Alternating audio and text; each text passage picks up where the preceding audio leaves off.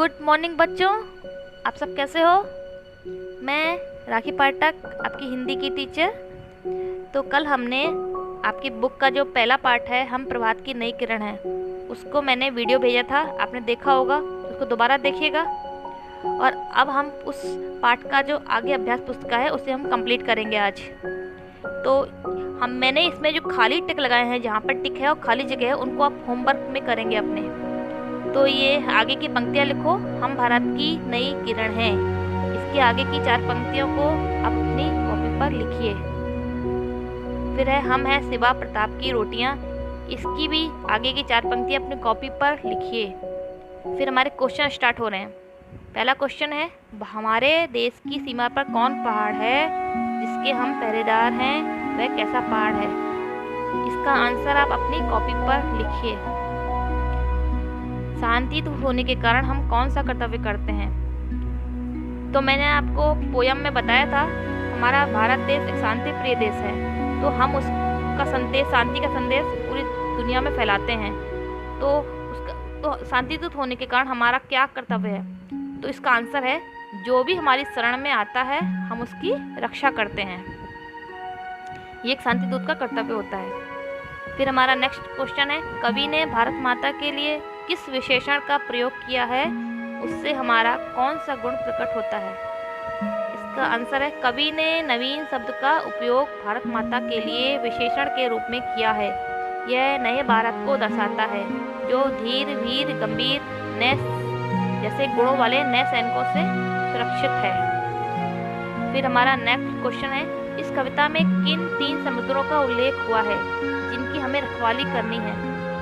तो इस कविता में 3 का उल्लेख हुआ है। पहला है गंगा, यमुना और हिंद महासागर। गंगा, यमुना ये नदियां हैं और हिंद महासागर ये समुद्र है, महासागर है। नेक्स्ट क्वेश्चन है, कवि ने किन 2 स्वतंत्रता प्रेमियों के नाम लिए हैं। तो इसका आंसर आप लिखिएगा अपनी कॉपी पर। नेक्स्ट क्वेश्चन है, यह कविता किस उद्देश्य से लिखी गई है। उपयुक्त उत्तर पर टिक लगाओ। यह क्वेश्चन आप अपनी कॉपी पर करेंगे। बालकों को प्रभात की नई किरण क्यों कहा गया है। इसका आंसर है, जिस प्रकार दिन का आरंभ सूर्य की नई किरण से होता है, उसी प्रकार नए भारत का उदय वीर बालकों से होगा। नेक्स्ट क्वेश्चन है, प्रताप और शिवा के जीवन से बच्चे क्या प्रेरणा लेते हैं। इसका आंसर भी आप अपनी कॉपी पर करेंगे। फिर इस कविता का सारांश, नेक्स्ट क्वेश्चन है, इस कविता का सारांश 5 वाक्यों में लिखो। तो मैंने कल आपको वीडियो भेजा था, उस वीडियो को आप देखिए और उस कविता का सारांश 5 वाक्यों में यहाँ पर आप लिखिए। नेक्स्ट क्वेश्चन है, यह किस कवि की रचना है। तो मैंने कल बताया है, यह रामधारी सिंह दिनकर की रचना है। फिर अर्थ लिखो। ये वर्ड्स हैं, इनके आपको अर्थ लिखने हैं। कुछ के वर्ड्स के अर्थ मैंने लिखे हैं।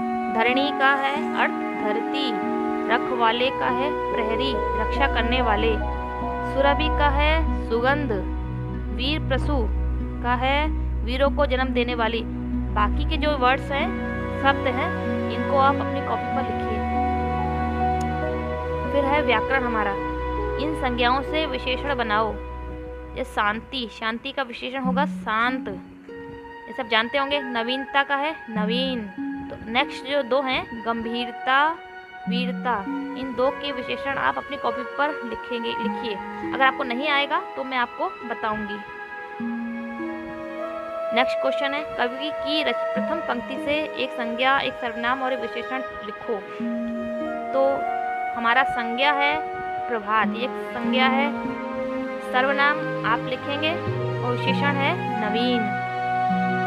ये हमारे भारत की विशेषता बता रहा है, मतलब भारत कैसा भारत है, नवीन भारत है। तो नवीन क्या, वो विशेषण हो गया। नेक्स्ट क्वेश्चन है, निम्नांकित 3 वाक्यों को मिलाकर एक वाक्य बनाओ। हम बालक वीर हैं, हम गंभीर हैं, हम अचल हैं। तो उन तीनों को मिलाकर आप एक वाक्य बनाइए अपनी कॉपी पर। नेक्स्ट है, इन समानार्थक पर्यायवाची शब्दों को कंठस्थ करो। तो आप ये शब्द पढ़ रहे हैं, हिमगिरी का है हिमालय, गिरीश, शैलेश, गिरिराज, नगेंद्र, गिरीन्द्र। ऐसे ही धरती का है भू, भूमि, धरा, धरती, वसुधा, अवनी, वसुंधरा। नेक्स्ट है गंगा, इसका है गिरिजा, सुर, सरिता, त्रिपतगा, भागीरथी, मंदाकिनी। तो इन शब्दों को आप याद करिए और अपनी कॉपी पर 4-4 शब्द लिखिए। ये सारा होमवर्क अपनी कॉपी पर आप करिए। अगर कहीं भी आपको समझ में नहीं आ रहा है तो मुझसे आप पूछिए।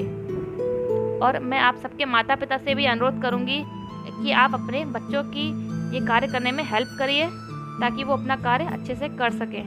Thank you.